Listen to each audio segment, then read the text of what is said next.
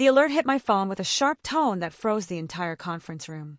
One glance at the security feed and the world I had spent years protecting tilted. My sister Leia stood in the middle of my apartment, sunlight glinting off the folders she had pulled from my safe. She wasn't panicked. She was smiling, holding them up like trophies. I was 300 miles away in a federal building, watching betrayal unfold in real time. My badge hung around my neck, my pulse hammering in my throat. In that moment, I didn't yell. I didn't rush home. I just stared at the screen and thought, she really believes the rules don't apply to her. I made one quiet call, the kind that doesn't end with tears but with sirens. Before I tell you what happened when those sirens reached my family's front door, tell me, where are you listening from? I need to know I'm not the only one who's learned that sometimes justice has to start at home. When people picture families, they imagine warmth. Mine looked warm from the outside. 2 proud parents, a golden younger daughter, and me, the quiet one who worked for the government. We took perfect Christmas photos, the kind that made neighbors comment, "You're so lucky to have each other." Luck had nothing to do with it. It was hierarchy dressed as love. I was 30, working long hours at the Treasury Department, tracking fraudulent securities across international accounts. I couldn't talk about it. Not the clearances, not the investigations, not even the cases I had cracked. My parents assumed I shuffled papers in a cubicle. When neighbors asked what I did, Mom would smile and say, "Emma keeps the lights on in D.C." I never corrected her. Explaining the truth to people who had already decided I didn't matter felt like explaining color to someone who had chosen to live blind. Leia was the opposite. Light, loud, magnetic. She had a way of filling space until no one else fit. Growing up, she'd borrow my clothes without asking, take credit for my ideas, and get away with it because she'd tilt her head, laugh, and say, "Oh, Em doesn't mind." I minded. I just learned early that pointing it out made me sound jealous. Our parents loved that version of her. Charming, ambitious, a future socialite. She married young to Grant, a dentist who drove a new SUV every other year. Their house had an open floor plan and a wine fridge, the kind of things Mom mentioned like merit badges. Whenever I visited, Dad would joke, "Maybe one day you'll have a real job and buy a place like this." I'd smile the same practiced curve I used at federal briefings when senators interrupted me mid-sentence. I wasn't bitter. At least, I told myself I wasn't. I had built a life that meant something. Every folder I touched at work held the weight of national trust. Every password, every clearance test reminded me I carried more responsibility than they could ever imagine. Still, there were nights I'd sit in my quiet apartment scrolling through their group photos, captions full of hearts, and feel the same dull ache that had started years ago, the kind that comes from being in the picture but never really seen. 2 weeks before it happened, Leia called out of the blue. "You should come home for dinner next Thursday," she said. "We're doing something big, family only." Her tone had that syrupy sweetness she used when she wanted something. I said yes anyway. Maybe a part of me still wanted to believe we could be normal. Maybe I just wanted to stop feeling like a guest in my own family. The night of that dinner, I drove up to my parents' house with the same quiet dread that always came with family gatherings. The driveway was full, Mom's sedan, Dad's truck, Leia's white Range Rover gleaming under the porch light. Through the front window, I could already see her moving around the dining room, laughing, radiant like the host of her own show. Inside, the air smelled like rosemary and wine. Mom hugged me too tightly, the way she did when she was nervous. "You made it, honey," she said, glancing at my blazer. "Still dressing like a lawyer, I see." I smiled, set down the bottle of wine I'd brought, and took my seat at the far end of the table. Dinner started with light banter, gossip updates on Leia's kids. Then, halfway through the meal, she cleared her throat. "I actually have some news," she said, eyes flicking toward Grant. "We've made a big investment, college funds for the boys, maybe even a lake house later." Dad beamed. "That's my girl, always thinking ahead." I raised an eyebrow. "Investment? What kind?" Leia smiled that practiced smirk that never reached her eyes. "You'll see." She reached down beside her chair, and when her hand came back up, it was holding a thick stack of folders. My folders. She stood holding them high enough for everyone to see. "Found your little savings, sis." For a second, I thought I had misheard. Then I recognized the labels, serial numbers, treasury seals, the exact files that had been in my locked safe. Dad frowned. Savings? What's that supposed to mean? Apparently, Leia said, laughing. Emma's been keeping a little nest egg tucked away. Old bond certificates, whatever they are. Don't worry, nothing illegal, just dormant. She waved them in the air like confetti. Mom leaned forward, eyes wide with pride. Emma, that's so thoughtful. You saved all this for your nephews. Thanks for the college fund, Leia said, smirking. Parents beamed proudly. I couldn't move. The room felt too small, the chandelier light too bright. My family was smiling over stolen federal property, and not one of them realized it. I managed to say, "Where did you get those?" Leia shrugged. From your office. You really should change your lock, by the way. It's practically child's play. Grant chuckled nervously. She's got a point. If I found $500,000 sitting around, I'd probably do the same. Mom swatted his arm playfully. Don't tease. Emma won't mind. I looked from face to face. No one met my eyes. In that moment, it wasn't just about the folders.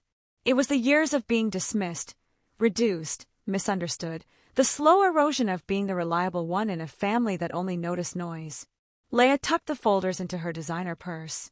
We'll make sure the money works for the family, she said. You can thank me later. I pushed back my chair, the sound sharpened the silence. Enjoy your dinner, I said softly. I've got something to take care of.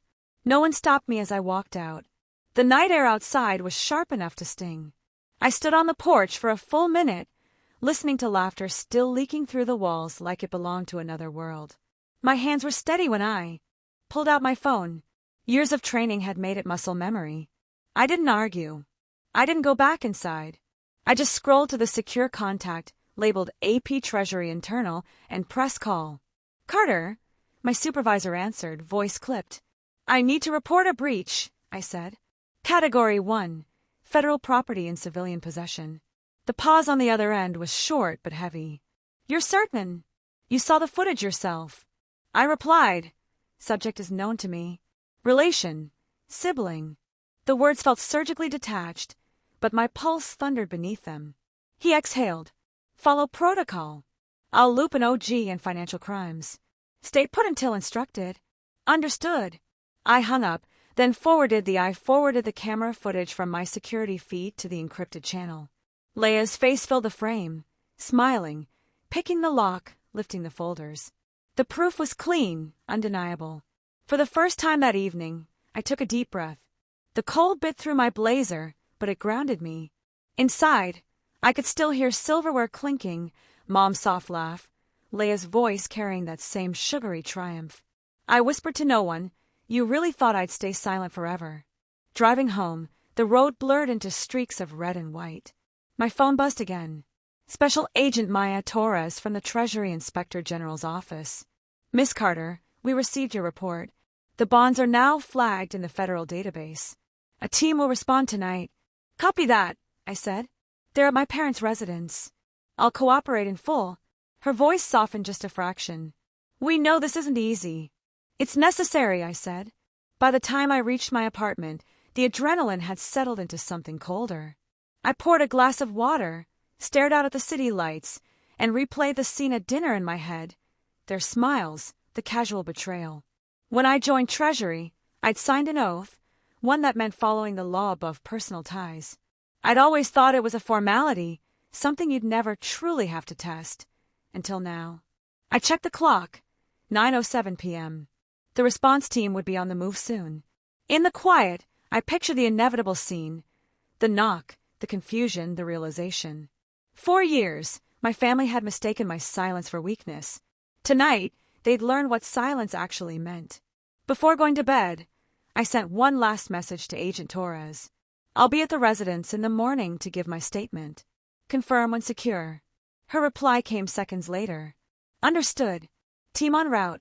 I put the phone face down, exhaled, and let the weight of the choice settle. It wasn't vengeance. It was accountability.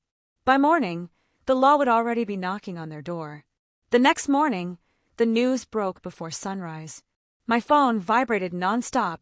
Internal Treasury alerts, database confirmations, procedural approvals. The system had done what it was designed to do. The bonds were officially marked as stolen federal property. Their serial numbers had already triggered automated flags across every financial network in the country. But I didn't check the reports. I didn't need to. I knew exactly where the agents were going and exactly what they would find. By 7 p.m. that night, I was back in Philadelphia, pulling into my parents' driveway. The same Range Rover sat gleaming under the porch light, the same laughter drifting through the dining room window. For a moment, I thought absurdly that nothing had changed, that the world could still rewind 12 hours. I knocked once and walked in. Dinner was already underway. Leah looked radiant again, dressed in something silky, her hair perfectly curled. Mom turned, startled. "Emma, we didn't think you'd come back." "I had unfinished business," I said quietly, taking the seat across from Leah. Her smirk flickered, but didn't vanish. "You cooled off yet?" "Look, if it's about the bonds, don't freak out. I talked to an advisor. He said, they're basically antique certificates worth maybe 10 grand. We'll cash them next week. Reinvest." "Stop." My voice cut through the table noise like glass snapping. "You're not cashing anything." Dad frowned. "Emma, honey, there's no need for that tone." "There's every need," I said. "Those aren't antique certificates. They're bearer bonds issued by the United States Treasury. Federal securities, registered, tracked." Grant blinked. "Wait. Federal. $500,000 worth." I said, "Stolen from a classified safe." The air went still. Even the clock in the kitchen seemed to hold its breath. Leah laughed too loudly. "You're joking." "I'm not." "Then what? You think I stole from the government?" "From my own sister." "I don't think you said."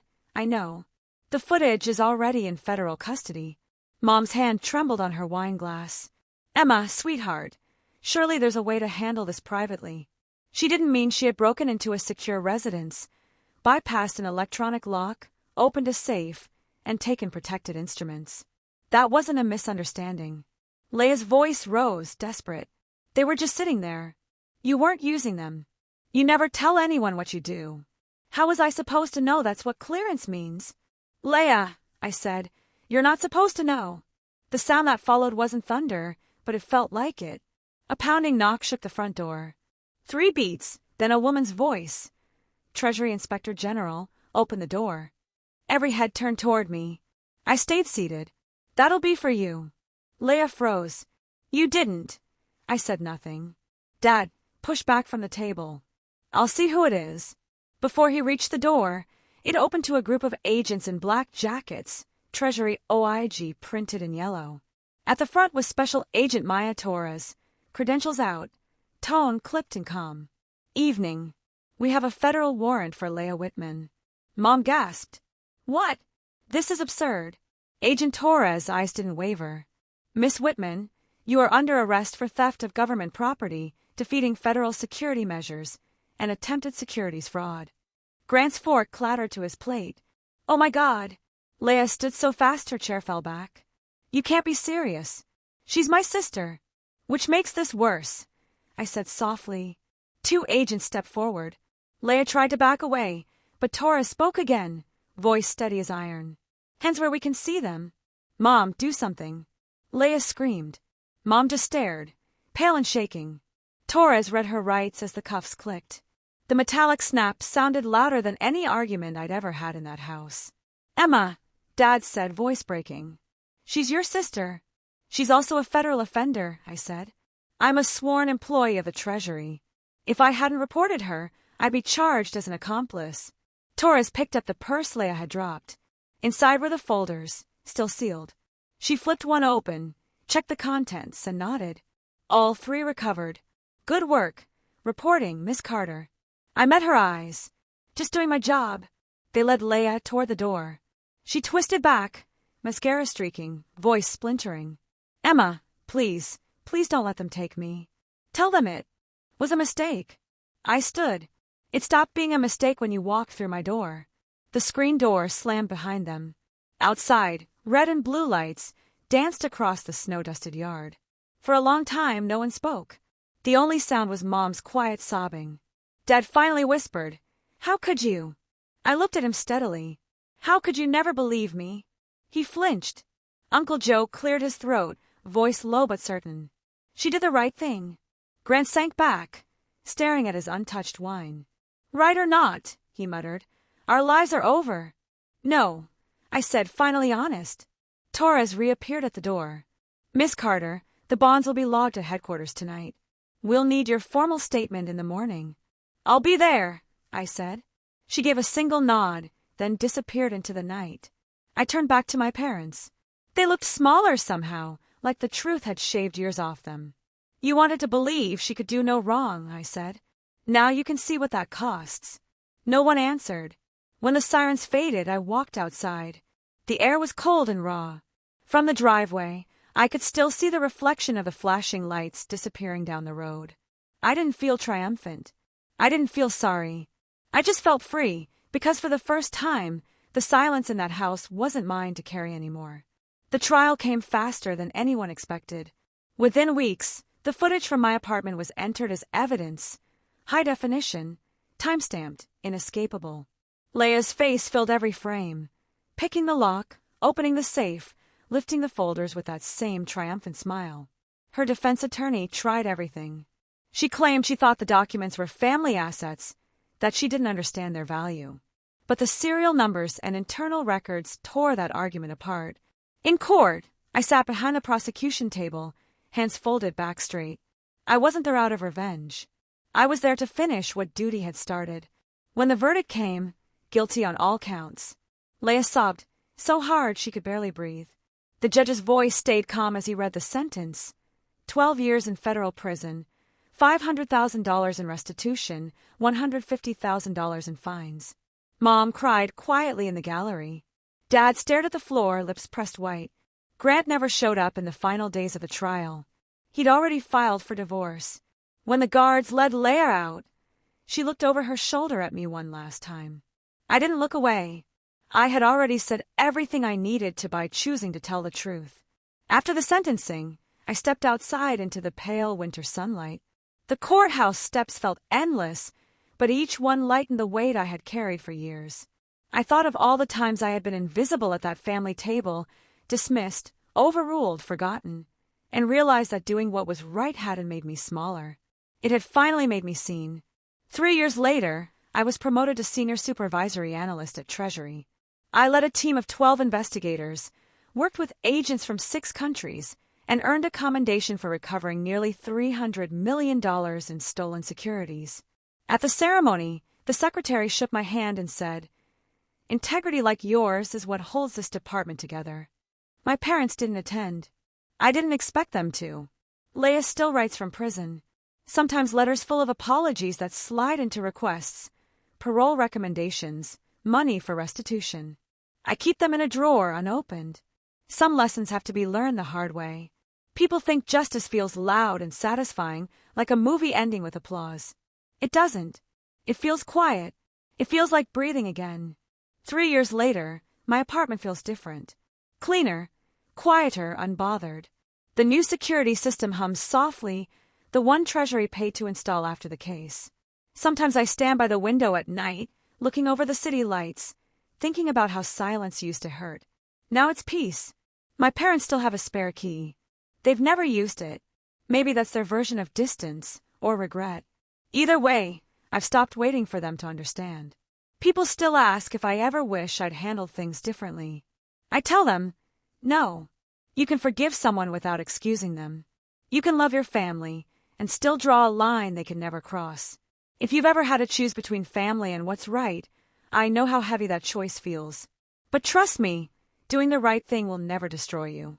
It just reveals who was willing to destroy you first. If this story hit close to home, share yours below.